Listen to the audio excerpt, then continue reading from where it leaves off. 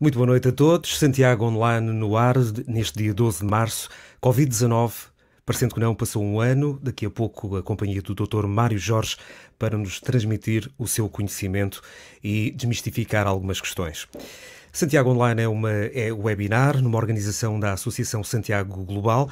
Este evento hoje é feito em parceria de difusão com a Flyform, formação e consultoria, que saudamos, bem como a todo o público trazido pela Flyform e toda a gente que vem pela Santiago Global. Saudamos todos os espectadores deste Santiago Online. Em relação à Santiago Global, depois de quase 2 anos de atividade enquanto grupo informal, resolvemos constituir-nos enquanto associação. A Associação Santiago Global pretende ser um ponto de reunião entre os santiaguenses e pessoas que gostam de Santiago do Cacém, contribuir para a dinamização e o desenvolvimento económico e social do concelho, da região alargada de Santiago do Cacém e do Alentejo Litoral. É uma associação aberta, inclusiva, ambiciosa, de gente dedicada e focada em fazer mais e melhor por Santiago do Cacém e no dia de hoje também pelo país, visto que estamos a difundir esta nossa ação em várias redes que são captadas nos meios de comunicação das pessoas no país e mesmo no estrangeiro, onde há portugueses que nos entendem na língua que falamos. Façam parte, procurem Santiago Global no Facebook, no LinkedIn ou enviem um e-mail para a associação.santiago.global@gmail.com. Inscrevam-se como associados ou estejam atentos e participem nas nossas atividades. Contamos convosco. E hoje, em especial neste webinar, contamos também convosco para comentar e participar, colocando questões ao Dr. Mário Jorge pelo Facebook da Santiago Global e da Flyform e no YouTube da Santiago Global, debaixo do local onde nos estão a ver em direto. Podem fazer esses comentários e colocar essas questões. Contamos com a vossa participação. Estamos neste Santiago Online para assinalar um ano de convivência com a Covid-19, com o coronavírus, e um ano depois, como estaremos nós? Dr. Mário Jorge, seja muito bem-vindo aqui ao Santiago Online. Passa parte do seu tempo atualmente em Beja, mas está em Santiago do Cacém. Muito boa noite e obrigado por ter aceito o nosso convite. Boa noite, Bruno. Boa noite a todos. É uma honra para mim e um privilégio estar aqui convosco, com o Bruno, com o Santiago Global e com todos os que nos estão a ver e ouvir. No sentido também de conversarmos, discutirmos alguns assuntos polémicos, abrir, digamos, o leque de opções de informação às pessoas que muitas vezes são condicionadas por agendas mais propriamente mediáticas e outras do que propriamente pela curiosidade e ânsia de conhecimento das pessoas. Isto é muito importante. Haver realmente possibilidade de haver fóruns como este, em que as pessoas podem diretamente fazer perguntas das questões que mais os apoquentam, e eu terei muito gosto em responder a todas da maneira que conseguir. Em primeiro lugar, tinha um pedido a fazer, é que eu quero me associar à Santiago Global e, portanto, assim que puder preencher a minha ficha de inscrição, estou muito interessado nisso. Fica já a seguir à emissão, fico muito contente com isso. Muito cansado depois de uma semana de trabalho a coordenar a saúde no Alentejo, poderemos tratar disso. Eu antes ainda quero apresentá-lo, e é importante dizerem que áreas todas dentro da área da saúde é que se movimenta. O Dr. Mário Jorge, que é também Rego dos Santos, nasceu em Portugal, em Santiago do Cacém, e onde está agora e onde reside. É licenciado em Medicina pela Universidade de Coimbra, tem os cursos de especialização em Saúde Pública, Promoção da Saúde e Gestão de Cuidados de Saúde Primários, todos ministrados pela Escola Nacional de Saúde Pública da Universidade Nova de Lisboa. curso de Medicina das Viagens pelo Instituto de Higiene e Medicina Tropical Pública, também da Universidade Nova, e o curso de Orientadores de Formação pela Faculdade de Medicina de Lisboa e o curso Passas pelo Instituto Nacional de Administração. Mestre em Saúde Pública e especialista em Saúde Pública pelas carreiras médica e pela Ordem dos Médicos, com grau de consultor desde 2004.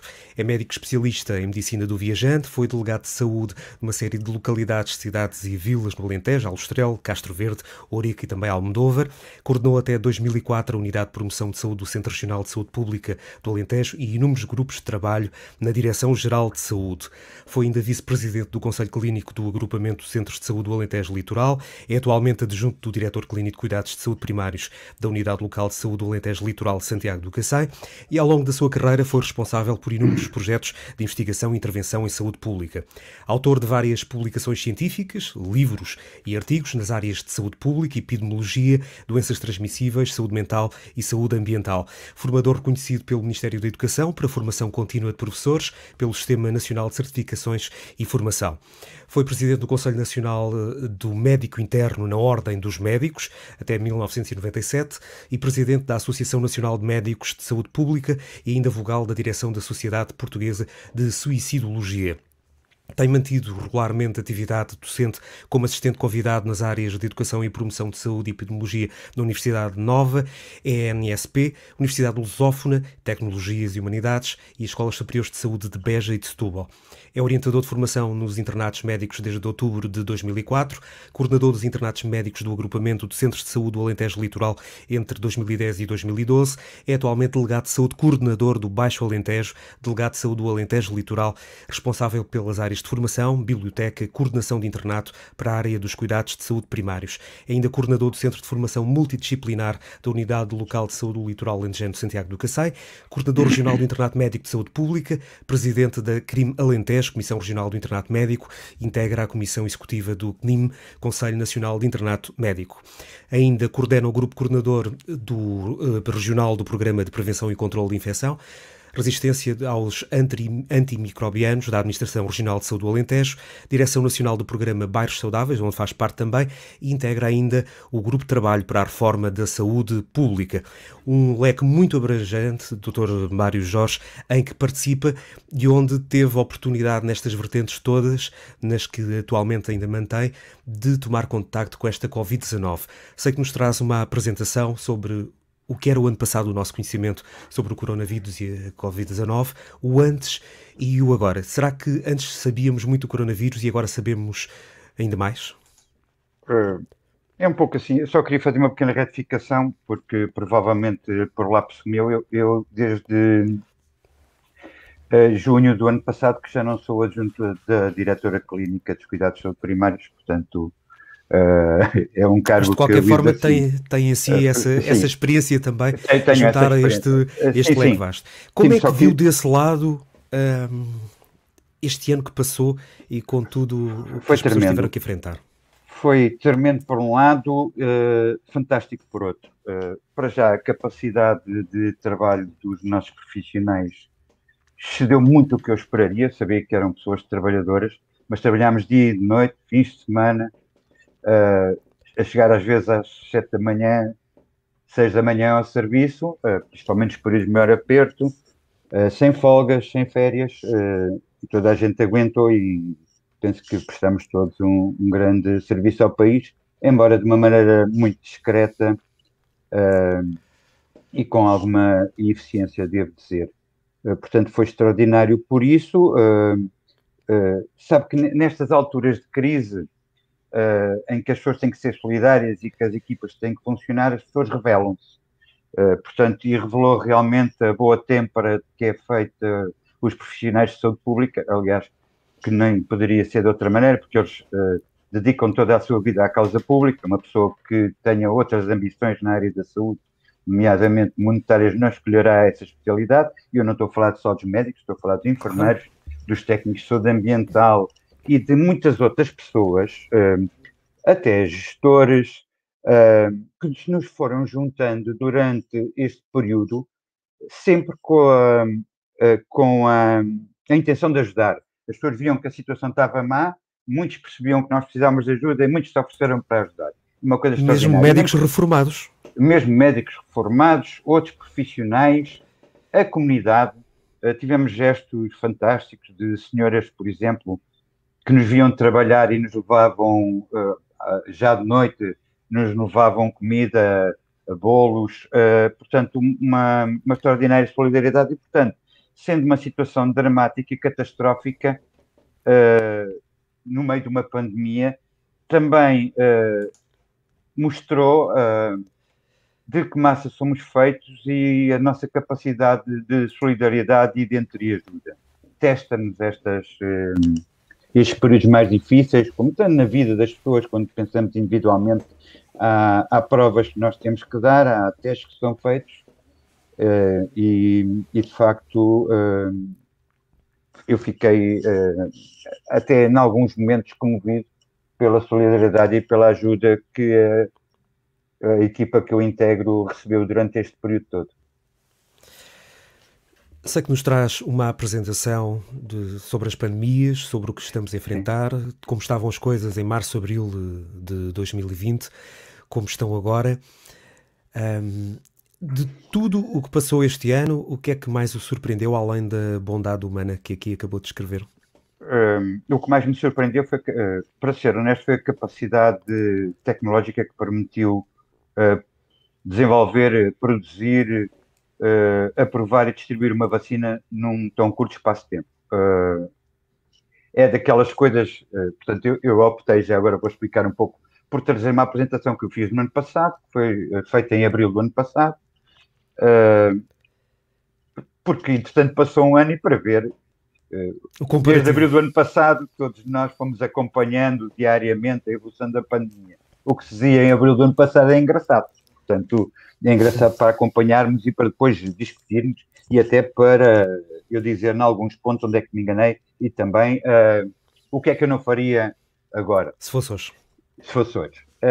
Mas, de facto, nós, quando nos surpreendemos com coisas fantásticas. As pandemias alteram a história, por isso é que há muitas referências históricas, alteram os costumes e alteram a nossa maneira de olhar o mundo. Vou dar um exemplo. Imagine que nós, em dezembro de 2019, nos cruzávamos com uma pessoa com uma máscara na rua.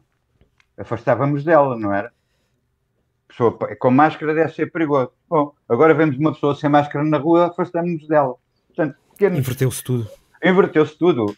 Por exemplo, ter a cara tapada em espaços públicos em França, por causa das burcas, é proibido, agora é obrigatório.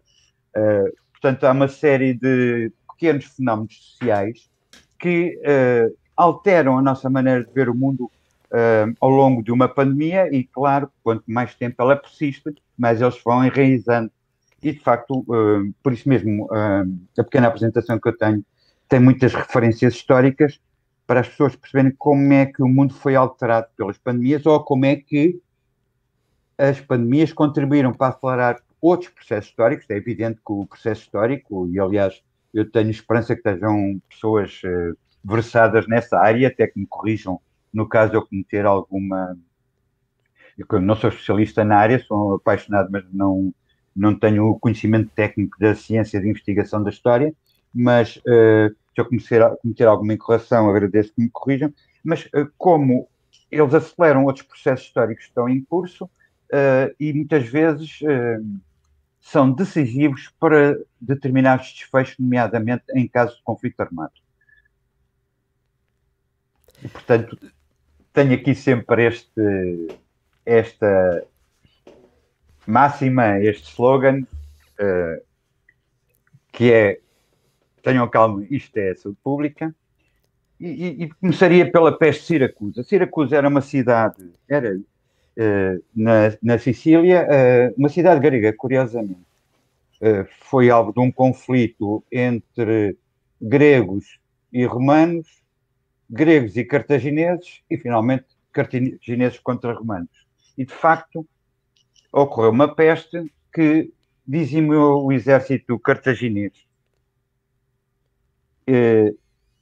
Isto provocou, por um lado, o ocaso, a cidade grega estava cercada, o próprio Arquimedes morreu em Siracusa, a cidade grega estava cercada, devido à peste, os romanos saíram vencedores, e isto alterou completamente a história. Houve o ocaso do período helenístico, portanto, da civilização grega.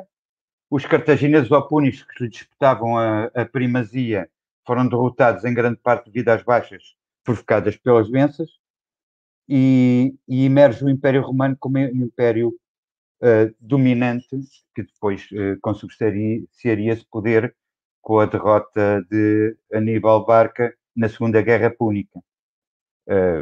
A derrota dos cartagineses e, portanto, o domínio do Império Romano sobre o Mediterrâneo, que na altura era um umbigo do mundo, pelo menos do mundo que nós conhecemos, porque outras civilizações se desenvolviam noutros locais.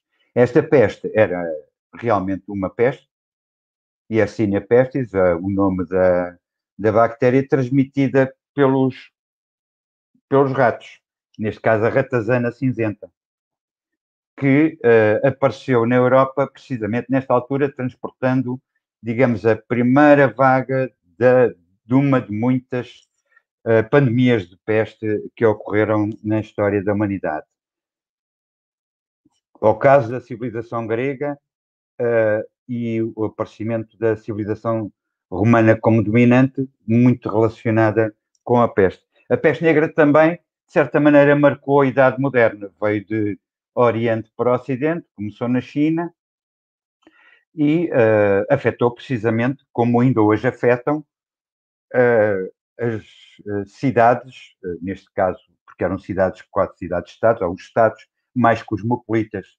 Portanto, em 1331, fazendo o trajeto inverso a Marco Polo, a peste negra afetou principalmente Veneza, depois Génova e depois toda a Europa, espalhando-se, e causou pelo menos 40 milhões de mortes, sendo que as estatísticas na altura conseguiam ser piores que as atuais, como devem imaginar.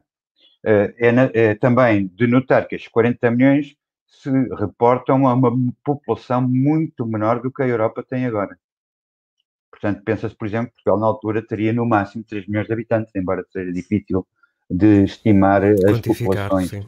de quantificar tão remotamente. Curiosamente, quem está isolado está protegido. No cerco de Lisboa, durante a crise de 1383-85, Lisboa foi cercada, os portugueses estavam dentro e os espanhóis estavam fora, cercando a cidade. Houve alguns casos de peste dentro da cidade de Lisboa, aliás, o rei Dom João I deu ordens para que fossem catapultados os corpos para o Real Castelhano que o cercava, mas por estarem cercados, cerca e isolados, os portugueses não sofreram tanto com a peste e não chegou a haver no cerco de Lisboa nenhuma batalha decisiva, porque os castelhanos tiveram que retirar e depois, na sequência desse conflito com a Batalha de Aljubarrota, ficou decidida a independência de Portugal, mas curiosamente aqui a peste deu uma ajudinha, mas o que deu a ajudinha foi o isolamento. Quando falamos de isolamento é engraçado, porque se pudesse passar o slide anterior, estas noções, quarentena e isolamento, isolar vem de insular, aliás tem a mesma origem, colocar numa ilha, transformar algo numa ilha. E nós vemos, por exemplo, que às vezes até é apontado como país de referência, Singapura, a Nova Zelândia, uma série de zonas, está bem, mas são ilhas.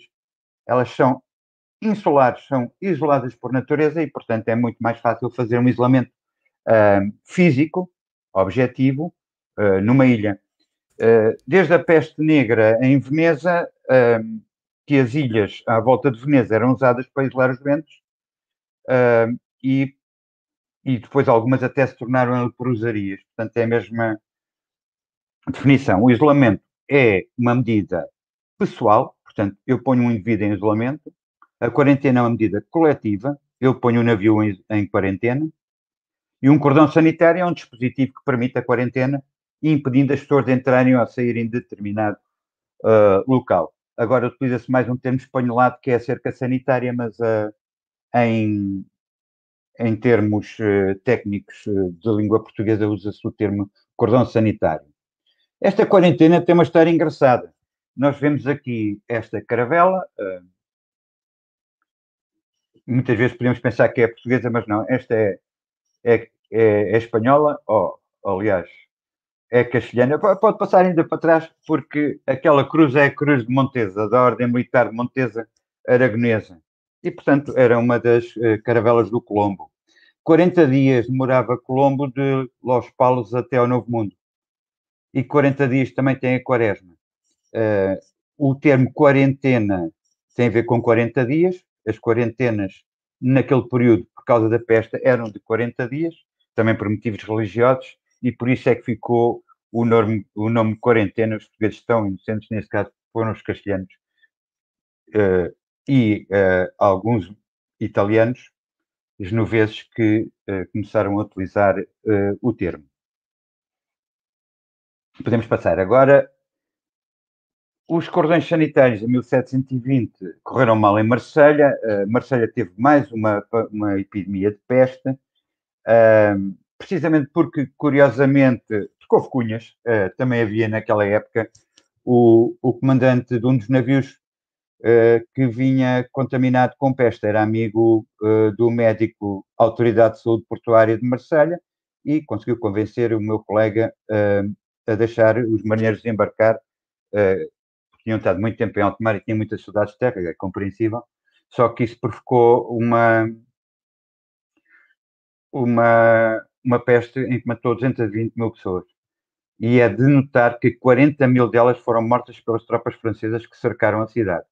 A razão pela qual esta medida de cordão sanitário, dessa maneira, com forças, na altura do exército, ou forças policiais, um grande aparato policial, foi abandonada já no século XVIII, ainda foi utilizada algumas vezes no século XIX em situações sempre relacionadas com a peste.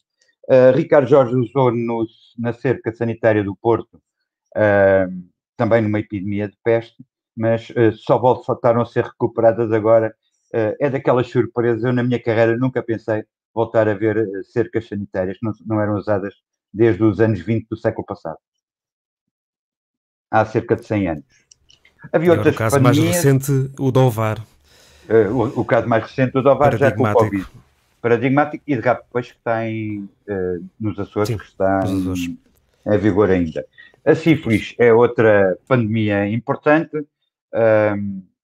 Portanto, a sífilis não era conhecida no Ocidente, os espanhóis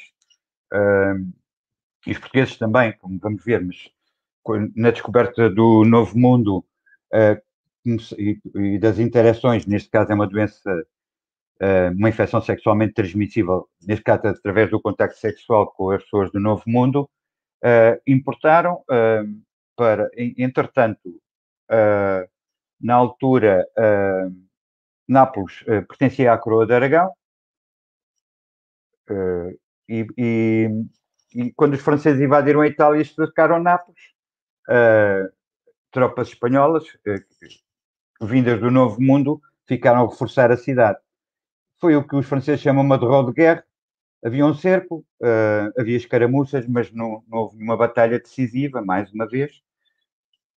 Havia os militares espanhóis e napolitanos dentro das muralhas da cidade, os franceses a cercar, mas as prostitutas entravam e saíam da cidade. E espalharam a sífilis, que na altura, como todas as novas doenças, como todas as doenças que quando emergem, matavam em 15 dias. Portanto, era uma doença, tal como a varíola, também dizimou a população da América, uma vez que eles também não tinham contacto com o vírus da varíola. E mais uma vez aqui mudou o mundo. Nápoles salvou-se, mas o Império Espanhol entrou em declínio. Mas nós também entramos em contacto com a sífilis na América do Sul, principalmente no que agora se chama Brasil, e transportamos para a Índia, onde a doença é conhecida como paranquereré, que quer dizer a doença do português. Portanto, estas doenças viajam e por isso é importante termos essa noção geográfica e cartográfica das doenças. A sífilis foi atribuída curiosamente, a água. Portanto, basicamente, naquela altura, toda a gente sabia que a sífilis era sexualmente transmissível, menos os médicos. E, portanto, recomendavam o encerramento dos banhos públicos. Há sempre muita pressão para alguns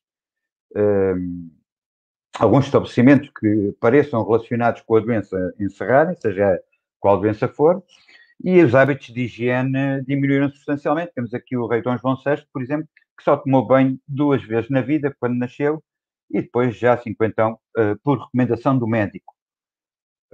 Dizem que a camisa, ele também tinha muitos inimigos que escreviam particularmente bem, mas dizem que a camisa dele estava de tal maneira agarrada ao corpo. Isto foi no Brasil, porque foi depois da invasão francesa que teve que ser um cirurgião a remover a camisa. Pode passar. mais trabalho para o seu colega. Mais trabalho para o meu colega. Altura. É verdade. Podemos passar ao slide seguinte, exatamente. E já agora ao seguinte, alguns viajam de navio e ali estávamos a ver como é que a febre amarela, aquele slide tinha uma transição que não se conseguiu ver.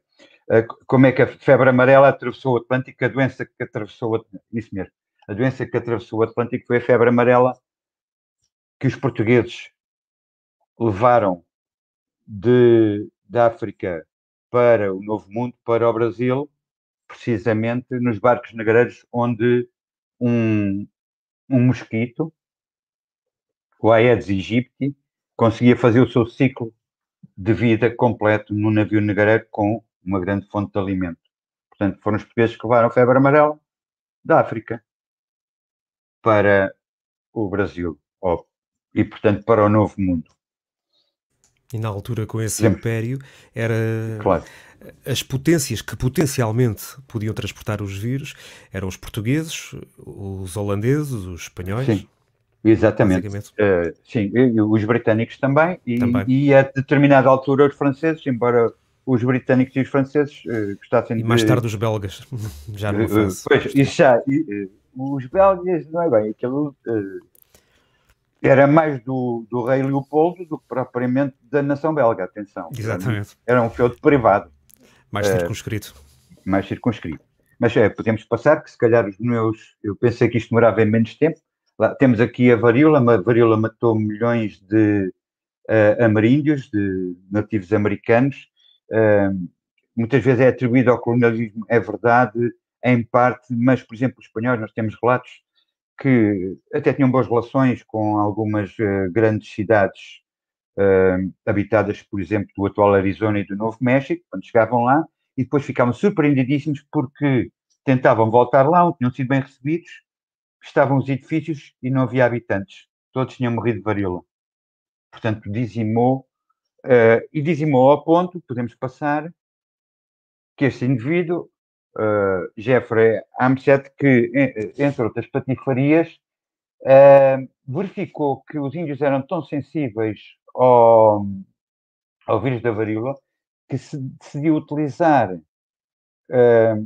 mantas contaminadas com o vírus da varíola para infectar os índios das reservas e assim os de exterminar. Este indivíduo depois ficou também ligado a muitas atrocidades que ocorreram na guerra, primeiro entre os britânicos e os franceses e depois na própria guerra da independência americana. A varíola, no entanto, tem algumas coisas bastante importantes. Uma delas é que é com a varíola que surge a primeira vacina. Um colega meu chamado Jenner, inventou a vacina da varíola. E já agora, vacina vem de vaca. Porquê? Porque era uma varíola bovina, que era inoculada. Mas a primeira pessoa a fazer, sob o ponto de vista científico, em 1721, o estudo sobre a inoculação de varíolas benignas foi um português chamado Jacome de Castro Sarmento, ou no seu nome original, de Cristão Novo, Jacó de Castro Sarmento. Foi professor da Universidade de Aberdeen. É o primeiro estudo científico do método de escarificação para prevenção da varíola e é o primeiro estudo científico que existe sobre algo que possa parecer com uma vacina.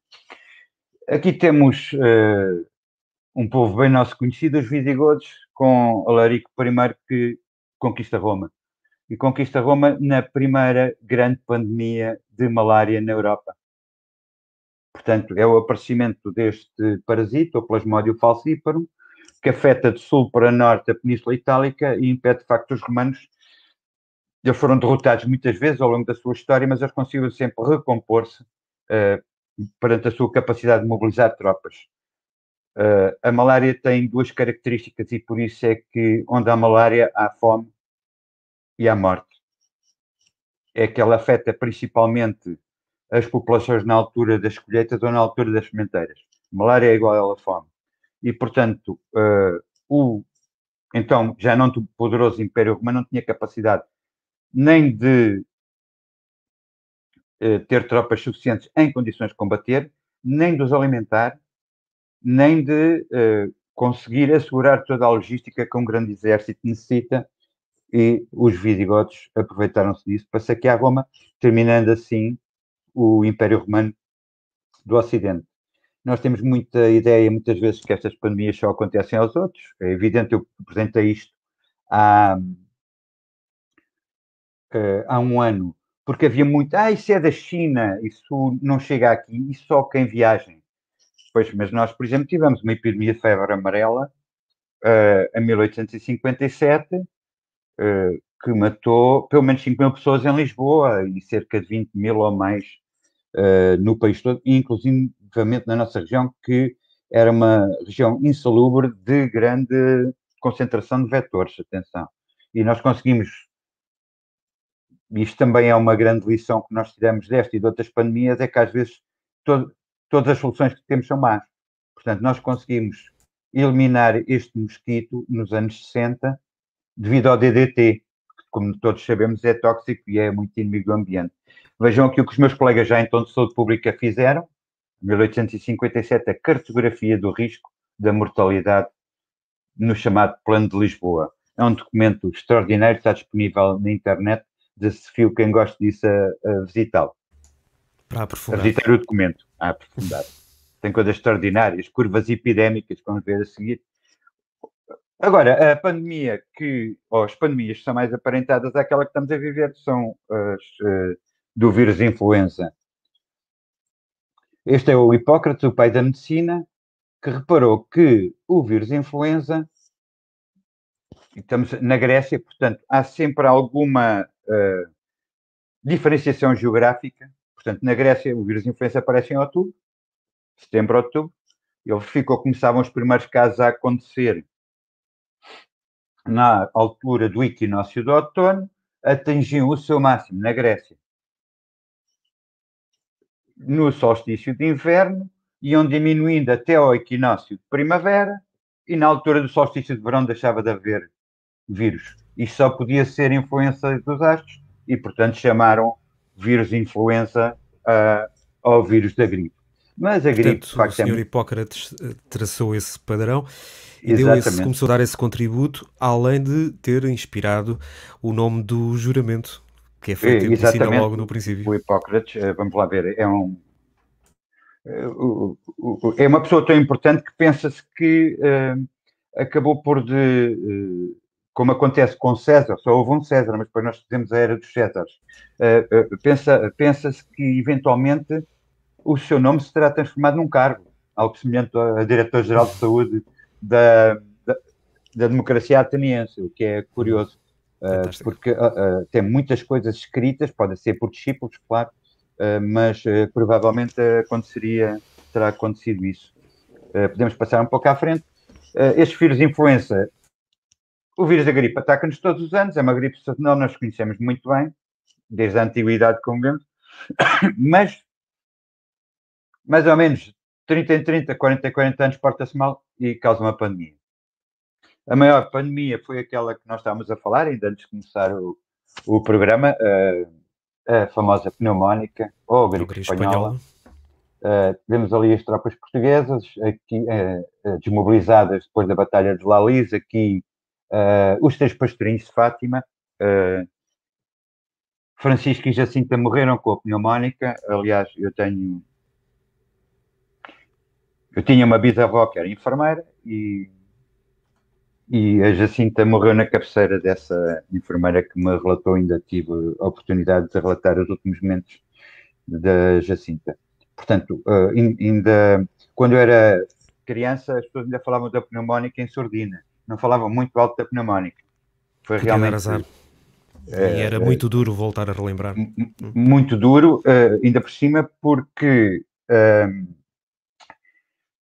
ela coincide, se é que não despoleta ou não precipita o fim da Primeira Guerra Mundial, da Grande Guerra.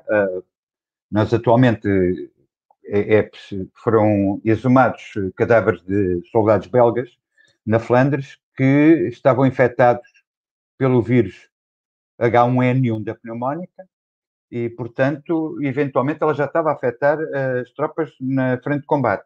Mas ela dissemina-se pelo regresso dos militares da guerra. Há relatos extraordinários, mas muito chocantes, de os soldados regressam à festa da aldeia, passado 4 ou 5 dias as pessoas começam a morrer. E, portanto, é bastante chocante, afetou muito o país. Temos aqui a ver as duas vagas da pneumónica. Há pandemias com 2 vagas, pandemias com 3 vagas. Estou-me a referir à gripe. Atenção que na altura era mais fácil distinguir as vagas nestes gráficos, porque ainda não havia sistemas de vigilância epidemiológica como temos hoje, e, portanto, as vagas eram vistas pelas mortes e não pelo número de casos. Nós temos, por causa disso, a vigilância da gripe, que vigiamos com muita regularidade. Temos de passar à frente. As doenças respiratórias virais, há as que são de gripe e há as outras, podemos passar à frente. Os Hs e os Ns são os vírus da gripe, podemos passar à frente, porque eu estou um pouquinho atrasado, acho que me entusiasmei e os nossos ouvintes devem estar já bastante fartos. É natural também que se queira fazer este relato histórico, até porque nós só conhecemos uma pandemia, mas existiram várias. Existiram muitas. E vamos chegar rapidamente ao coronavírus, ao Covid-19. À Covid-19. E quem verificar aqui vê o HCV. O HCV já é vigiado desde 2012. O HCV é Human Coronavirus. Nas suas outras faces visíveis. É um velho conhecido, um velho inimigo, e já se portou mal 2 vezes. Portou-se mal com o SARS. Aliás, a doença chama-se SARS-CoV-2, porque o SARS-CoV-1 foi a famosa pneumonia atípica de 2003 na China, com muitos mortos, e o MERS, que é o síndrome respiratório do Médio Oriente, mais ou menos relacionados com os camelos, e estou a falar dos quadrúpedes e não de bípedes, que são felizmente raros em Portugal. Os quadrúpedes. Pode andar. Podemos avançar. Um vírus conhecido com o genoma diferente, na altura foi quando o Ruben Amorim foi para o Sporting. A equipa é a mesma, mas atenção, a equipa é a mesma. Mas uma pequena mudança de uma equipa técnica enorme, uma direção que é a mesma, uma pequena mudança pode alterar muito. Bom, eu estava longe de imaginar, eu sou benfiquista, estava longe Aqui foi um dos pontos em que o doutor provavelmente se enganou, provavelmente. Provavelmente. Mas eu estava longe de imaginar que o Sporting iria estar à frente com 13 pontos de avanço no meu clube, mas eu também estava longe de imaginar que esta pandemia, que eu já sabia que era uma pandemia, que ia piorar, ia atingir a dimensão, como nós dizemos em linguagem de epidemiologia, esta magnitude que atingiu nos meses de dezembro, janeiro e fevereiro deste ano. Estava longe de imaginar. Factos e, portanto, atípicos, todos estes. Começando o Sporting, acabando na pandemia. Exatamente.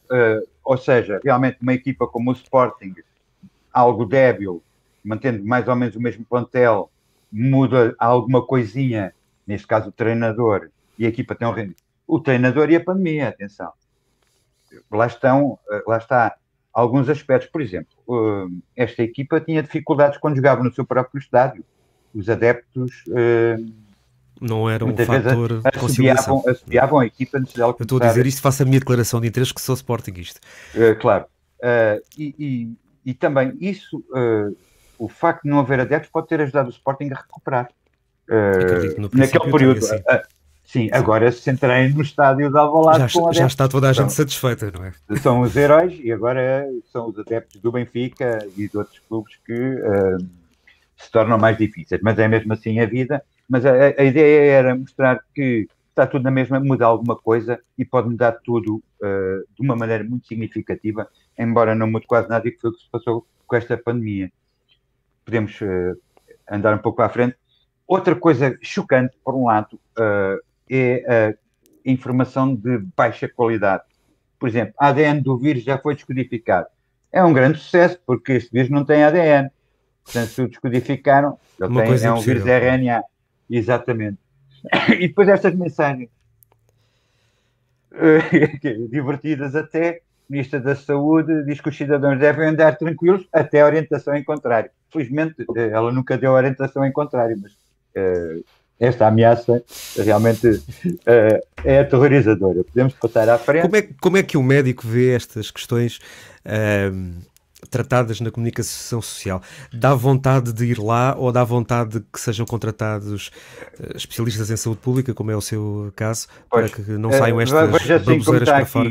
Infelizmente não há livrinho do especialista instantâneo em saúde pública, porque seria distribuído, mas há muitos especialistas instantâneos e os epidemiologistas em Portugal cresceram como cogumelos. Eu até sou foi exponencial também, não foi? Foi exponencial, exatamente, numa proporção superior ao Covid. Eu fiquei muito contente porque, primeiro, não sabia que havia tantos epidemiologistas e depois... Sentiu-se mais acompanhado, não é? Sinto mais acompanhado. É muito bom, embora alguns dos que aparecem são, de facto, pessoas insignes e sabem muito mais que eu. Mas depois, há pessoas, de facto, que não estão qualificadas para o cargo. Mas eu irei fazer um livro do especialista instantâneo em epidemiologia, que depois ajudará muito na carreira destas pessoas. Temos de andar para a frente. Medidas draconianas, resultados equívocos, notícias disparatadas.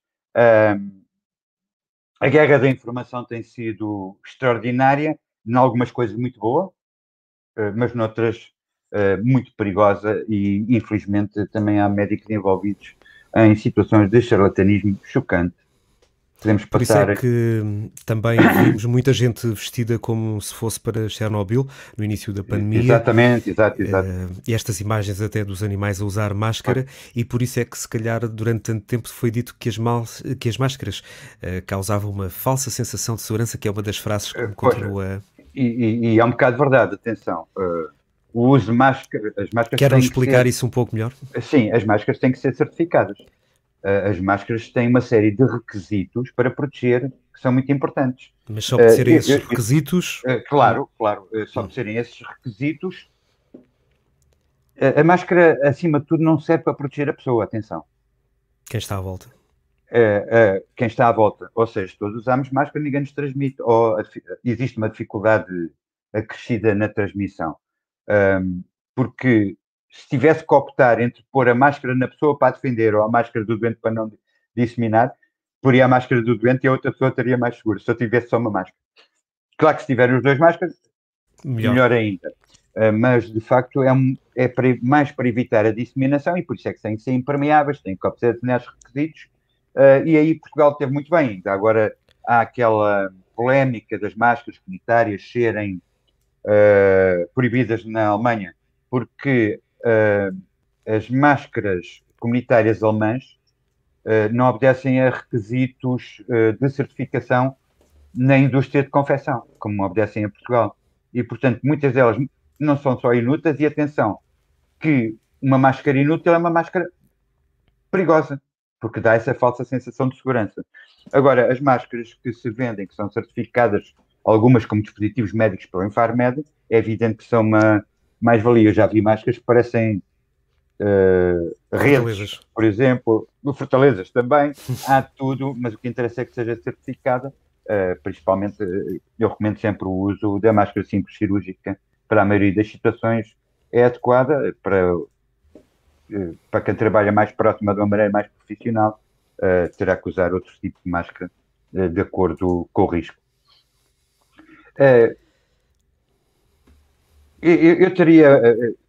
Eu ia já para a última avançaria um bocadinho, porque já estamos atrasados. Eu peço desculpa aos nossos ouvintes, passamos para a frente. Continuamos. Uma coisa que continuamos, o slide anterior. Agora é que voltamos ao princípio. O nosso objetivo voltou a ser baixar a curva. Nós estamos quase como estávamos em março do ano passado, só com muitas mortes atrás de nós e uma vaga pandémica de grande dimensão, aliás, partilhada com muitos outros países. A grande questão continua a ser esta dicotomia entre o RT e o número de novos casos? Não é bem uma dicotomia, o RT decorre do número de novos casos. Só que é uma análise feita, o RT é ao longo da linha do tempo. Por isso é que nós vemos às vezes o RT diminuir e o número de casos a aumentar, ou ao contrário, é isso? Pode acontecer, aliás, porque depois também depende do período de tempo em que o RT é calculado. Isso aí tem que se perguntar a um epidemiologista a sério, o professor Baltazar Nunes, que faz esses cálculos, tanto como a vasta equipa. De facto, isso interpreta uma coisa chamada curva epidémica. Podemos passar um pouco à frente para eu vos mostrar a curva epidémica do ano passado. Este é o mapa que toda a gente conhece. Este é o mapa que ninguém conhece, do Alentejo Litoral. Esta é a curva epidémica nacional. E na altura, podemos passar à frente, esta era a nossa. Portanto, um RT tem que ter um número significativo de casos para ser calculado. Portanto, não dá para calcular com tão poucos casos como nós tínhamos aqui, porque uma diferença de 1 ou 2 casos acabava por ser um artefacto altera tudo. Estatístico. Eu ia sugerir para que terminasse agora, porque eu excedi largamente o tempo que tínhamos combinado e já estou a ver muitos dos nossos espectadores a abrir a boca, fartos de me ouvir, para podermos ter algum debate e algumas perguntas, certamente serão importantes, pedindo eu desde já desculpa por me ter excedido no tempo largamente. Mas foi importante também fazer este enquadramento. Íamos então começar, temos algumas perguntas já de espectadores, para fazermos também um enquadramento. Mostrou alguns gráficos na região do Alentejo Litoral, da região alargada de Santiago do Cacém, como nós lhe chamamos às vezes. Como é que foi o combate e como é que está a ser neste momento o combate em toda a região da Costa Alentejana? Sim, até já agora, porque também é uma realidade com que contacta todos os dias, naturalmente. Sim. De facto, o combate está a ser idêntico nas duas regiões, cada uma delas com especificidades, mas com algo em comum que tem a ver com um grande ensinamento que nós tiramos, que é muita atenção às celebrações. Nós não tínhamos tanta atenção às celebrações. Por exemplo, nas comunidades orientais que acontecem um pouco no Alentejo todo, onde há colheitas, e que se deslocam de uns pontos para outros, do lado da comunidade de indianos, nepaleses, paquistaneses, bangladesh, é muito importante estudar as celebrações, inclusivamente uma interna de saúde pública do litoral alentejano, uma médica que está a acabar agora a especialidade, fez um mapa de celebrações para nós podermos prevenir. Porque nós conseguimos antecipar, de certa maneira, embora não com esta gravidade, um aumento de casos no Natal, mas não estávamos preparados, sob o ponto de vista do conhecimento, para antecipar que as festas das outras comunidades também têm grandes implicações na transmissão do vírus. E, de facto, uma das grandes aprendizagens que temos é que todas as comunidades, nós temos de saber quando é que eles celebram.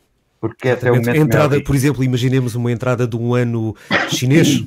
Exatamente, uma comunidade chinesa, um casamento cigano, o Natal ortodoxo. Portanto, temos que ter esse calendário muito bem presente, porque há sempre ou surtos, se as comunidades forem pequenas, ou vagas, se as comunidades forem grandes, ou se forem dentro das maiorias. Portanto, isto é um grande ensinamento e é comum aos dois lados. Portanto, esse combate foi bastante eficiente. Nós, aliás, houve uma altura que se dizia que o Alentejo não tinha mortes, o que fez com que viesse um grande número de pessoas fazer isolamento ao Alentejo, não sei se repararam. Sim, em lotes, outras... Mas a partir do momento em que começou a haver surtos em lares, nós começámos a ter óbitos. primeiro no Alentejo Central, que foi mais fortemente afetado, Esse foi no o grande Baixo ponto de Alentejo, viragem. é o grande ponto de viragem, e em que nós agora temos uma letalidade ligeiramente superior.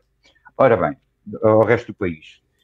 É muito importante ver que, tal como muitos números destes, não se pode comparar diretamente duas regiões com perfis demográficos diferentes.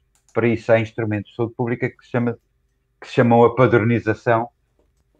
Usamos uma população padrão, parte desta tese. Se a população tivesse a mesma estrutura etária, se todas as populações tivessem a mesma estrutura etária, qual seria a letalidade? E então aí não haveria grande diferença entre regiões. Nós temos uma ligeiramente superior, porque também o Alentejo tem um índice de envelhecimento superior ao resto do país. Quando se elimina essa variável da pirâmide etária, é muito semelhante de norte a sul, como aliás era de esperar de uma doença com estas características num país que tem um sistema de saúde universal. Porque noutros países, principalmente países da América Latina, em que existe muita desigualdade e a distribuição dos serviços de saúde é muito injusta, dispar, de região para região, pode haver zonas em que as pessoas morrem porque não têm assistência médica, por simplesmente, e outras onde existe assistência médica de excelência em simultâneo. Isso é muito característico dos países do terceiro mundo. Muito bem. Eu E, ia agora. portanto, diga. Diga. Vamos para os nossos ouvintes, não? Sim, penso que se calhar podemos introduzir aqui algumas questões de Claro. espectadores. Percorrendo aqui o que é dito, fala-se das declarações de Jorge Turgal, hoje ao Jornal Público. Fala-se, por exemplo, da questão das novas medidas tomadas ontem em Conselho de Ministros. São as mais adequadas? Como um especialista em saúde pública, como é que viu estas medidas? Teria feito alguma coisa diferente? Tecnicamente é o que deve ser feito e o resto é opções políticas? Pois, Como é que vê este quadro? Vamos lá ver, isto não são só questões técnicas de saúde que estão aqui presentes, mas Há uma mistura, um mix. há uma mistura. O grande problema aqui é que nós, mediante uma situação relativamente simples, podemos ter uma opção boa e uma opção má. Aqui não, aqui só temos opções más. E, portanto, acaba por ser muito complexo. O que faz melhor à saúde faz pior à economia, o que faz bem à pandemia pode fazer mal à saúde mental, e, portanto, estamos aqui numa gestão de equilíbrios que E não é neste só equilíbrio complexo. difícil desta balança, pode-se considerar que se pode tomar decisões menos más, considerando o contexto, e outras mais más? Sim, mas só depois, vamos lá ver, por exemplo, pode haver situações que disruptivas de tal maneira que faça com que nós nos arrependamos das decisões. Uma delas, tipicamente, é o Natal. Portanto, no quadro epidemiológico da altura, estar a privar as pessoas de uma celebração importante como o Natal não parecia adequado. De qualquer maneira, agora estamos todos arrependidos. Porquê? Porque coexistiu com o aparecimento da variante inglesa, que já era conhecida, mas que não circulava com tanta... não estava tão disseminada no país, e nós não tivemos a noção que ela poderia ter um impacto tão grande na rapidez de disseminação ao longo do tempo. Lá está no RT que estava a falar há bocado. Sim. Que rapidamente cresce exponencialmente, e pela primeira vez Portugal, e pela primeira vez o Alentejo Litoral, perde, a nossa unidade perde o controle da situação. Porque nós sempre tivemos mais casos, menos casos, mas sempre com uma situação controlada, as pessoas isoladas, as pessoas vigiadas. E foi a primeira vez que descambou tudo. Sim. Porquê? Porque o volume era tão grande que nós deixamos de conseguir fazer a vigilância só para acudir ao número de casos, identificar os seus contactos, isolar os contactos. Portanto, é evidente que quando ultrapassa determinado número, os serviços deixam de ter capacidade, nenhum serviço tem capacidade, mesmo que as pessoas estejam disponíveis, não há telefones para todos, não se consegue telefonar a 300 pessoas num dia, tudo o que seja mais que isso torna-se muito difícil, e nós chegamos a ter mais de 1000 pessoas em vigilância. Portanto... Situação muito complicada. A Há aqui uma situação muito questão complicada, colocada mas por uma umas situação que já tinha sido vivida por outros colegas noutras regiões, que servia já de experiência que servia já para. de experiência, de procedimentos simplificados que tentámos fazer, mas depois há uma situação, há um volume a partir do qual não conseguimos dar resposta, e portanto teve que, só depois deste confinamento, voltámos, digamos, a ter o controle das cadeias epidemiológicas todas, quer no Baixo Alentejo, quer no litoral, e portanto com esse controle, se também num contexto, portanto, aquele contexto foi muito especial, porque o coronavírus é um vírus do frio, por isso é que eles atacam mais no inverno. Ocorreu também num período, embora previsível, em que as condições ambientais para a disseminação do vírus eram ideais. Frio, umidade, havia muito nevoeiro, frio, umidade, também leva as pessoas a recolherem-se e a juntarem-se mais e a terem mais tempo em exposição umas às outras. Depois, o Natal e o Ano Novo, para as pessoas viajarem e se misturarem, e a variante britânica. E já agora também alguma descompressão com o aparecimento da vacina. Houve muitas pessoas que respiraram de alívio ao aparecer a vacina, e pensando que o problema se iria resolver por via da vacina, e houve, de facto, aqui um conjunto de fatores que levou a essa perda de controle. Neste momento a situação está controlada. Eu penso que na sua esmagadora maioria as medidas propostas pelo Governo são acertadas. Podemos discutir dos timings ou Por da exemplo, a questão sequência. das escolas simultaneamente com a abertura dos postigos, como são Uhum. já celeremente conhecidos, em Uh, simultâneo. Vamos lá ver. Isso é uma análise que é difícil fazer porque as escolas em si não são um problema. O problema é o número de contactos que uma criança na escola gera. Gera os contactos na escola, depois os contactos no ATL, depois os contactos na catequese, depois os contactos com os Em amigos, casa, depois os contactos no clube, em casa, e muito rapidamente uma criança positiva, por exemplo, não só implica o isolamento da sua própria turma e de vários professores, se for caso e disso, assistentes, e sim, como de comunidade implica o escolar. isolamento de outras crianças, de outras turmas, por causa do ATL ou da catequese ou das outras atividades, gera facilmente 30 contactos.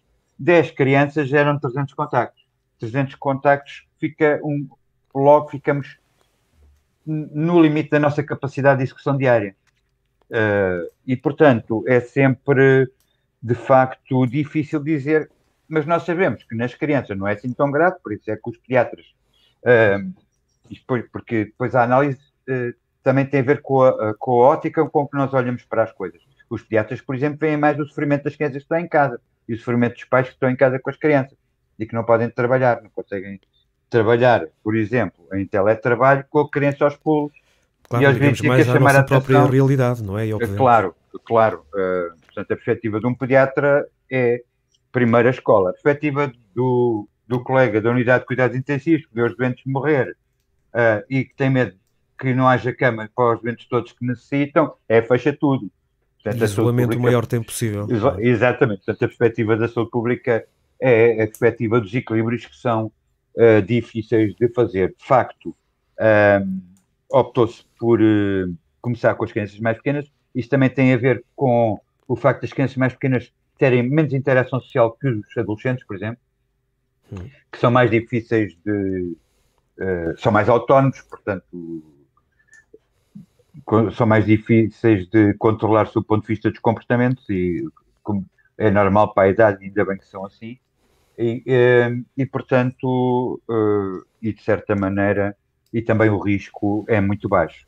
É evidente que muitas vezes o risco nas crianças estava associado não à transmissão na escola ou ao grande surto na escola, mas a eventualmente infectarem os avós. Neste momento, quando nós tivermos a população acima dos 80 anos vacinada, isso deixa de ser uma preocupação tão grande.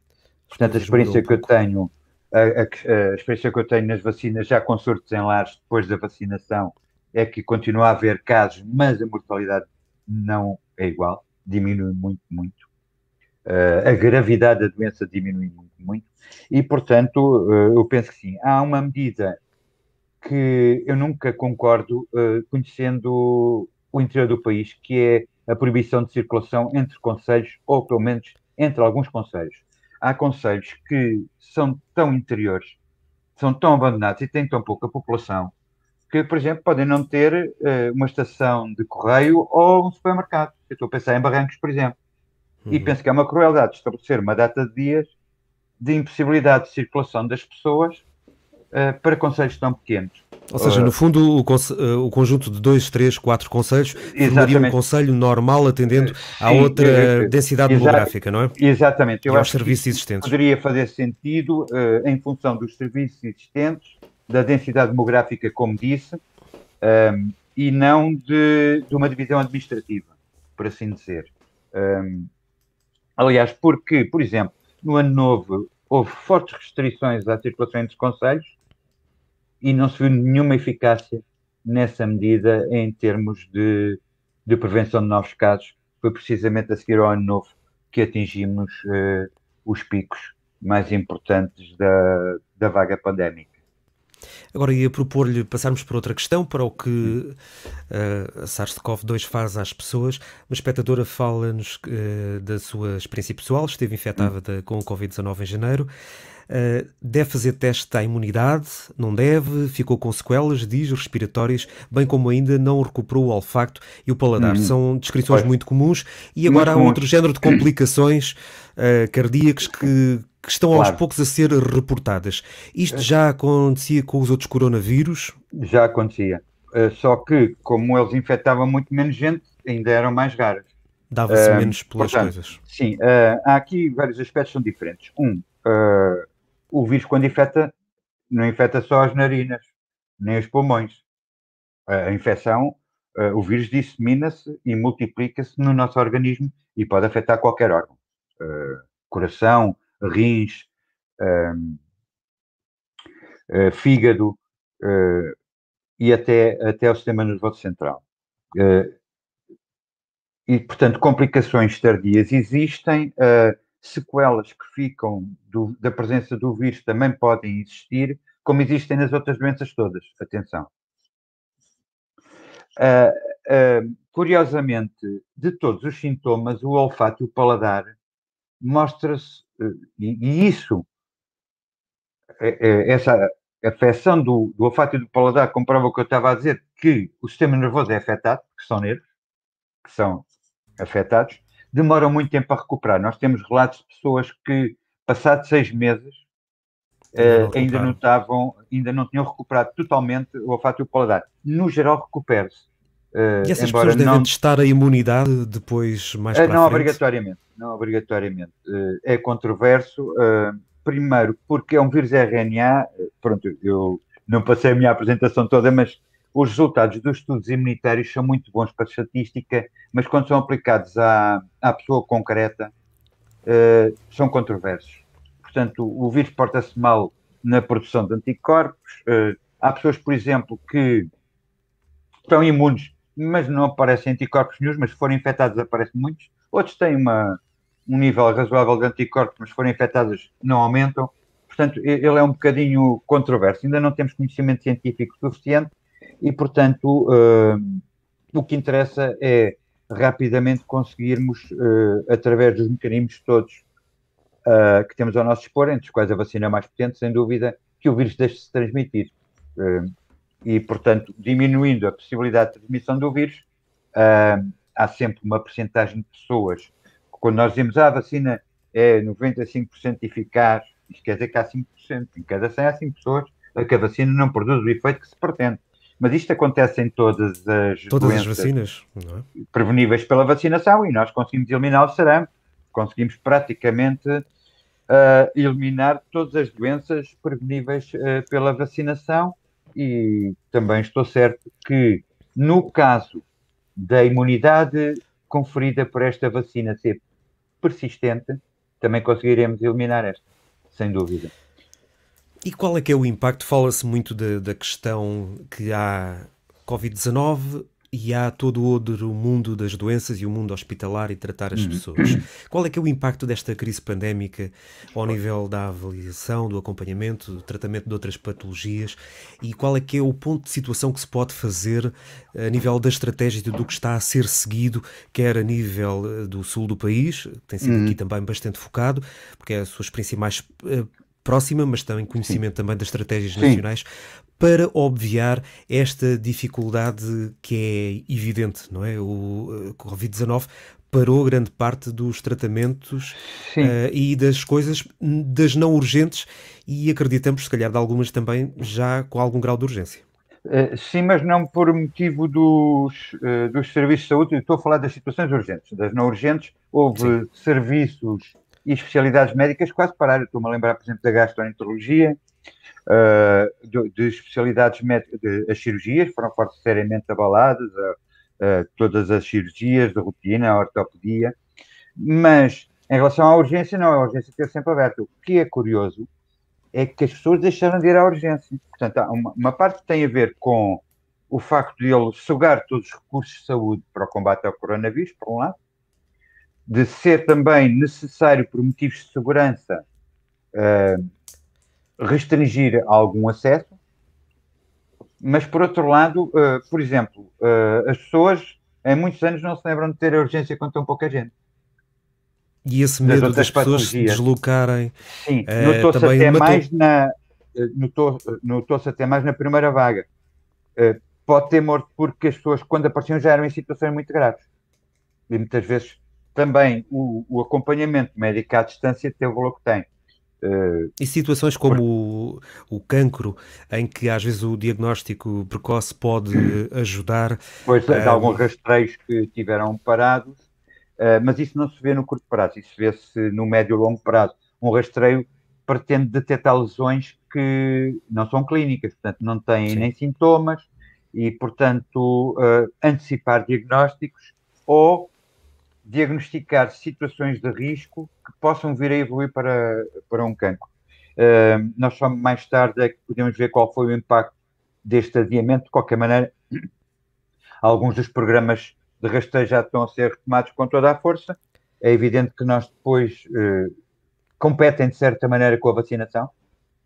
Portanto, nós não conseguimos testar uma multidão, vacinar uma multidão e recuperar o trabalho que não se fez porque foi desviado para o Covid, tudo ao mesmo tempo. Os recursos são finitos e, acima de tudo, também é preciso ver que o que decorre deste ano são milhares de profissionais de saúde, sem férias, sem fins de semana, sem folgas portanto, cansados. Portanto, não conseguimos fazer tudo ao mesmo tempo, tem que haver sempre prioridades. Mas, para mim, muito honestamente, a prioridade neste momento é a vacinação. Porque, aliás, porque as duas coisas estão relacionadas. Repare, nós ao vacinarmos os grupos de risco, se vacinarmos os doentes oncológicos, já podemos fazer rastreio com muito mais segurança. Ou Claro. seja, a vacinação vai ajudar ao rastreio. A vacinação vai ajudar à cirurgia. Acima de tudo, a vacinação ajuda uma coisa muito importante. Nós estamos sempre a pensar na, na prevenção da doença, nos grupos de risco, mas os profissionais de saúde foram os primeiros a ser vacinados. Porquê? Não era por serem um grupo de risco, embora o sejam, é porque eles são necessários para trabalhar, para ajudar os doentes. E nós chegamos a ter, no país todo, e o Alentejo, o Litoral e o Baixo Alentejo não foram exceções, muitas dezenas de profissionais de saúde doentes ou em isolamento. Portanto, menos cuidados de saúde podiam ser prestados. E por isso é que uma das prioridades é sempre os profissionais de saúde, porque se a coisa é pior e eles não e eles estão em isolamento ou doentes, não podem ajudar quem precisa. E quanto à testagem? Há Uh, um mito à volta da testagem. É assim tão eficiente aumentar o grau de testagem e chegar a um ponto em que se identificam os testes mais fiáveis, ou isso só funciona em articulação com a vacinação, ou não é assim tão importante? A vacinação é de todo mais importante em termos absolutos do que a testagem? Vamos lá ver. Nós estamos a falar de uma pletora de testes de muitos tipos de testes que são usados. Sim. Alguns são pouco ou nada fiáveis, por exemplo, aqueles testes que se fazem em sangue capilar, como se fossem aqueles testes da diabetes, Sim. não são fiáveis, não estão aprovados pelo Infarmed, não têm significado nenhum. E depois temos testes que são utilizados em circunstâncias diferentes e em contextos diferentes. Nenhum deles é um teste de rastreio. Portanto, quando se interpreta um teste desses num âmbito do rastreio, tem que se interpretar com particular cuidado. Na maioria são bons testes diagnósticos, ou seja, se houver sintomas, ou se houver uma cadeia epidemiológica identificada, ou seja, se houver um contacto com um caso positivo conhecido, estes testes são muito fiáveis. Como nós dizemos em linguagem da epidemiologia, o valor preditivo de um caso positivo é muito elevado. Mas na ausência destas duas coisas, o valor preditivo diminui substancialmente. Quanto menos casos houver e quanto menor for o tal RT, nomeadamente quando é abaixo de 1, o valor do teste diminui, curiosamente. É exatamente o mesmo teste. Mas a probabilidade do positivo ser falso aumenta. A probabilidade do negativo ser falso muitas vezes depende de quem faz o teste, ou seja, da capacidade de execução técnica de quem colhe o teste. E essa é outra grande preocupação, é que quando nós aumentamos muito o volume de testes, muitos destes testes são feitos por curiosos e por pessoas que não estão preparadas para os fazer e que podem aumentar também o número de falsos negativos. Portanto, os testes de rotina são em circunstâncias, na minha opinião, de elevado risco. Os testes para diagnóstico e para rastreio de contactos são obrigatórios, ou seja, têm uma elevada validade e permitem-nos identificar os casos precocemente, isolar as pessoas e quebrar as cadeias de transmissão. Isto demonstrou-se sempre, só houve realmente essa perda de controle no mês de janeiro e fevereiro, mas foi sempre eficiente a estratégia de testar, rastrear, isolar, testar. A disseminação dos testes noutros contextos com baixa incidência não tem indicação técnica. Se houver incidências elevadas, eles passam a ter mais valor e, portanto, podem e devem ser utilizados. O gold standard, como se costuma dizer, é o RT-PCR, é o teste PCR. Os testes ditos rápidos de antigênio têm um valor menor, mas são muito úteis para decisões rápidas. Por exemplo, num lar de idosos, estamos perante um surto, estes testes são muito úteis, permitem identificar logo a situação, separar as pessoas com um grande grau de rigor. Porquê? Porque estão num surto. Ao estarem num surto, o seu valor é importante. Mas é um tema muito delicado, porque para explicar bem precisava de fazer uns pequenos exercícios matemáticos para as pessoas treinarem, depois verem que resultados é que aquilo dava, para poderem ver como exatamente o mesmo teste pode ter um significado completamente diferente. Consoante o contexto em que é utilizado. Falou há pouco de pessoal médico, tenho aqui outra questão para lhe colocar e aproveitando a sua presença, já desde os meus tempos, enfim, de infância e de adolescência, ouvia e dizia-se à boca pequena e à boca grande que há uma falta de competitividade das estruturas que acolhem os médicos, os hospitais, os centros de saúde, enfim, da região de Santiago do Cacém e do Alentejo Litoral. Porque é que há esta dificuldade, e já existia no antigo Hospital Distrital, o Conde Bracial, e no Hospital Novo desde 2005, de fixar médicos e enfermeiros? Estando no litoral, com boa qualidade de vida, o que é que falta para atrair mais o pessoal médico a esta parte do país que se situa ainda por cima no litoral, em sua opinião? É difícil de explicar. A mim falta fundamentalmente a proximidade de uma escola médica ou de uma escola e de escola de enfermagem, no caso do litoral alentejano. Repare que isso também aconteceu no Algarve até há bem pouco tempo. A partir do momento em que eles tiveram a Universidade do Algarve a formar médicos, o problema quase que resolveu. O que é que se passa? E falta também a capacidade, e nisto estou muito à vontade, por ser responsável pelos internatos até da região Alentejo, falta-nos a capacidade para formar médicos. Porquê? Isto é fácil de ver para qualquer cidadão. Um médico tem um curso que demora 6 anos. Depois tem um ano de formação geral, de internato de formação geral. E depois, para tirar a especialidade, tem especialidades de 4, 5, 6 anos. Ou seja, um médico é especialista com 30 e tal anos. com 30 e tal anos já tem mulher e filhos, já comprou casa, e um dos problemas da mobilidade em Portugal está relacionado precisamente com a habitação. Com a prisão aos bancos. Nós compramos, endividamos aos bancos e ficamos presos à nossa casa, o que é curioso. Noutros países não tem esse problema porque recorrem muito mais ao aluguer. Como no caso dos países nórdicos ou da Europa Central, para dar aqui 2 exemplos.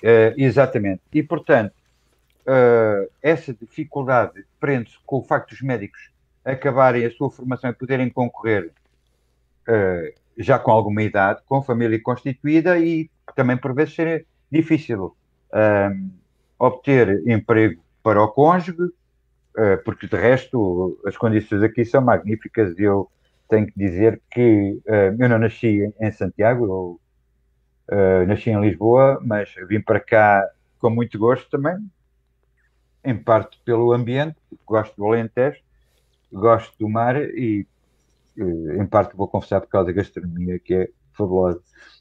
É muito difícil não comer bem em Santiago. Também o apanharam pelo estômago? Apanharam, sim, apanharam. Eu sou muito sensível nessas coisas. É quase como ver.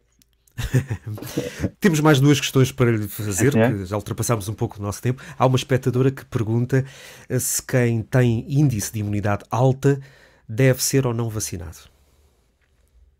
Eu não sei o que é o índice de imunidade.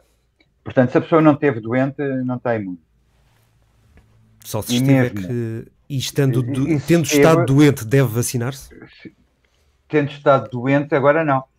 Portanto, nós sabemos que a doença confere uma imunidade substancial, mas não sabemos por quanto tempo ainda. Enquanto houver poucas vacinas, não. Não tem nenhuma contraindicação. A pessoa pode se vacinar, atenção. As vacinas são necessárias para grupos que estão em muito maior risco. Precisam mais.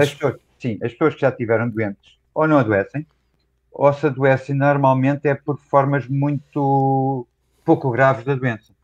Um pouco como a vacina faz o mesmo efeito e, portanto, não é a altura de se vacinar. É muito provável, há recomendações internacionais, por exemplo, que a pessoa que já esteve doente, depois de 90 dias, leva apenas uma dose de algumas das vacinas. Portanto, eu agora não quero dissertar sobre isso, porque nós temos neste momento 4 vacinas já autorizadas e vamos ter muitas mais brevemente. Portanto, cada vacina tem as suas especificidades e os seus prazos diferentes, mas neste momento não é a altura para se vacinar. No caso de não ter estado doente, não perder a oportunidade de vacina. Uma oportunidade de vacina perdida pode ser a diferença entre uma situação de saúde e uma situação muito grave. Fica dado também esse conselho. Qual é o maior risco quando a 3 de maio, eu sei que o Estado, na pessoa do Governo da República, não quer falar de desconfinamento, mas antes de reabertura progressiva, qual é o maior risco que enfrentamos? São os almocinhos? É quando estamos todos a comer sem qualquer tipo de proteção? E de que forma é que a população pode colaborar daí para a frente especialmente, principalmente depois deste tal fim de período de reabertura faseada e antes de se alcançar a imunidade de grupo, para se conter a pandemia e para não voltarmos a confinar aí sim mais uma vez? O maior risco para mim não é esse. Os almocinhos, vamos lá ver, nós tivemos muito poucos casos transmitidos em restaurantes, por exemplo. Portanto, não é por aí. Talvez não. Portanto, há casos, claro. Tal como nos transportes públicos também. Há casos, claro, mas, por exemplo, nós também fiscalizamos o funcionamento dos restaurantes da nossa região. E devo dizer que os comerciantes portaram-se de uma maneira extraordinariamente responsável, cumprindo as regras, fazendo cumprir as regras, que nem sempre é fácil com alguns clientes. Pois não, e tem que ser dito.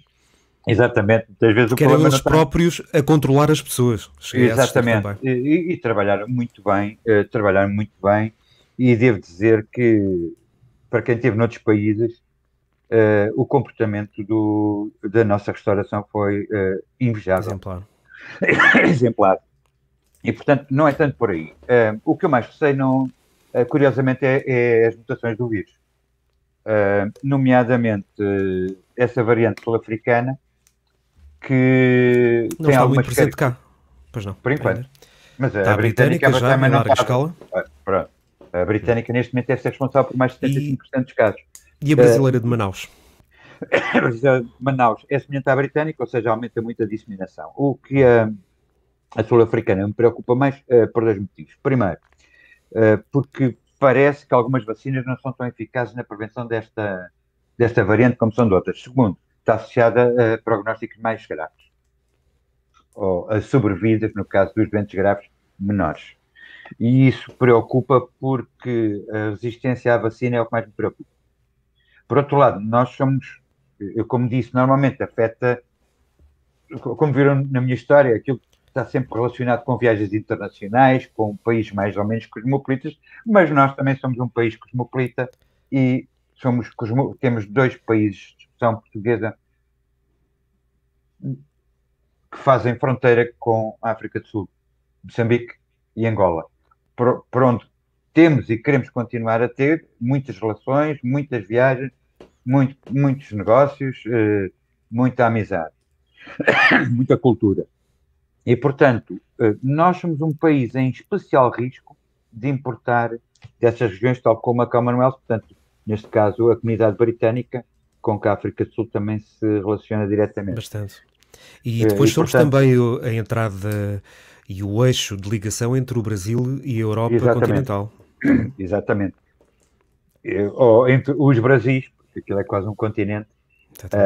E, portanto, estes vírus RNA têm tendência a mutações. Nós conhecemos outro vírus RNA que ninguém fala, que é o da SIDA, que também mudou o mundo e mudou os costumes. E para o qual, curiosamente, nunca se arranjou vacina, já viu? É curioso, nunca se conseguiu desenvolver uma vacina, embora seja mais complexo do que para este coronavírus. Mas, de facto, como eles têm uma grande capacidade de mudar, por isso é que esse vírus não é brasileiro, é de Manaus. Manaus é na Amazónia. Portanto, é muito provável que haja 2 ou 3 variantes brasileiras bem distintas umas das outras, porque o Brasil é um grande país, 250 milhões de habitantes. É um país continente, lá está. É um país continente, tal como os Estados Unidos também. Nós dizemos, tem não sei quantos mortos, não sei quantos mil mortos, mas tem 300 milhões de habitantes. É preciso sempre relativizar... E ver as percentagens e as permilagens e não os dados absolutos, não é? Embora as estatísticas desses países não sejam tão fiáveis como as nossas, é difícil haver estatísticas mais fiáveis que as portuguesas, atenção, porque nós temos a informação em tempo real. E então o que é que devemos fazer? Quais é que são os comportamentos depois de 3 de maio para não voltarmos outra vez para o casulo? É manter o que estamos a fazer neste momento e desconfinando, a vida tem que continuar obrigatoriamente. Vamos ver qual é a capacidade da vacina de nos dar imunidade do grupo, juntamente, porque a imunidade do grupo não se obtém só através da vacina, obtém também através dos infectados. E nós já tivemos centenas de milhares, quase penso que perto de 1 milhão de portugueses infectados e, portanto, a imunidade do grupo também se constitui assim. Quebrando a cadeia de transmissão do vírus, e utilizando sempre alguma precaução nos nossos contactos. Por quem puder ser vacinado, não perca essa oportunidade, como eu estava a dizer, principalmente se for de um grupo de risco. E também tenha paciência para esperar pela sua vez, porque há pessoas que precisam mais. Eu, por exemplo, já agora um assunto um pouco controverso, eu sou a favor da vacinação dos professores, mas nunca antes das pessoas com mais de 80 anos, ou de pessoas que têm patologia de alto risco, a não ser os professores que realmente têm patologias de alto risco. E têm as duas condições por acumulação. E atenção que infelizmente são muitos, porque a nossa classe docente também tem envelhecido de uma maneira muito substancial. Tem uma coisa boa, que é tudo pessoal da minha idade, e portanto dou muito bem. Então ainda são novos. Ainda são novos. Pelo menos. Dr. Mário Jorge, eu agradeço-lhe imenso a sua presença, transmitiu o conhecimento de uma forma que toda a gente entendeu, não deixando de ter a âncora científica que precisamos para nos orientar também. Fico feliz de irmos ter mais um associado, ainda para mais dá sempre jeito, um especialista em saúde pública aqui na Santiago Global. Enviamos-lhe um abraço e esperamos contar consigo para próximas oportunidades. Muito obrigado. Eu estarei sempre disponível. Envio-me um abraço e a ficha de inscrição. Muito bom fim de semana a todos e obrigado por terem tido a paciência de maturar. Obrigado, Dr. Mário Jorge, especialista em saúde pública e que tem estado também ele na linha da frente neste ano. Agradecemos também aos espectadores da Santiago Global e da Flyform, formação e consultoria. Pedimos novamente para se inscreverem na Santiago Global, além do Dr. Mário Jorge. O e-mail é este, associação.santiago.global@gmail.com.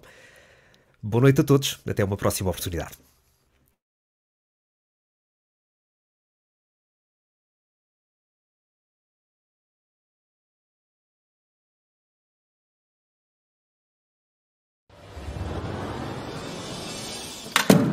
Existem ainda crianças sem computador para assistir às suas aulas.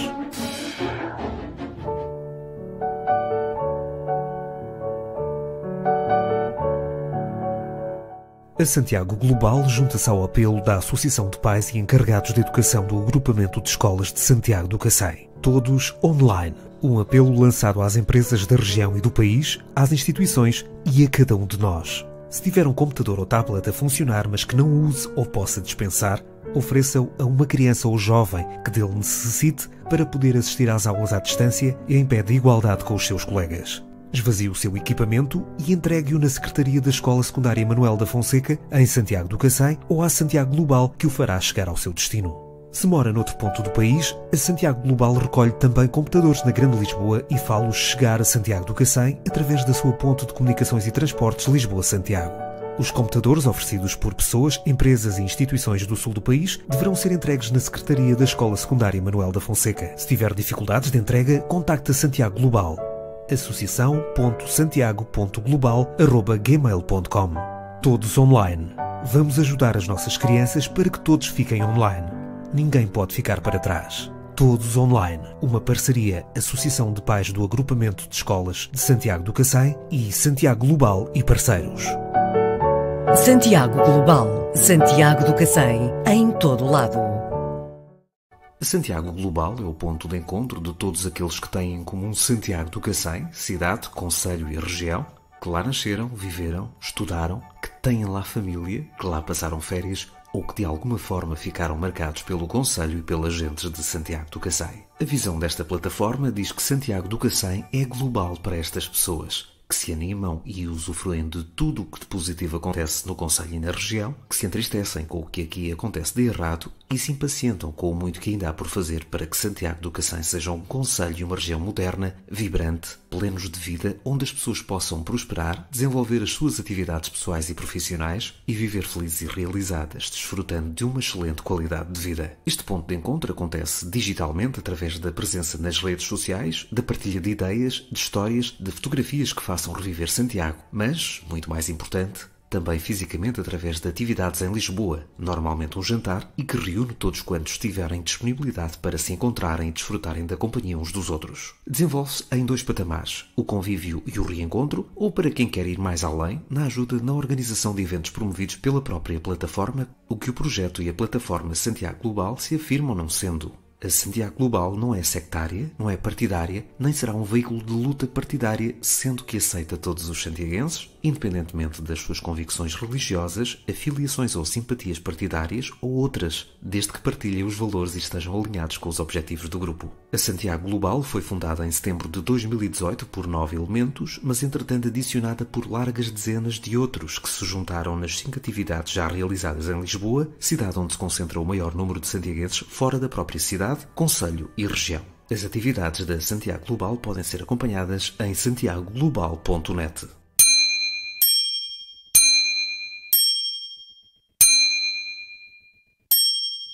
Santiago Global. Worldwide Santiago do Cacém. Não se esqueça de ligar ou aumentar o volume do seu telemóvel. A Santiago Global agradece a sua presença.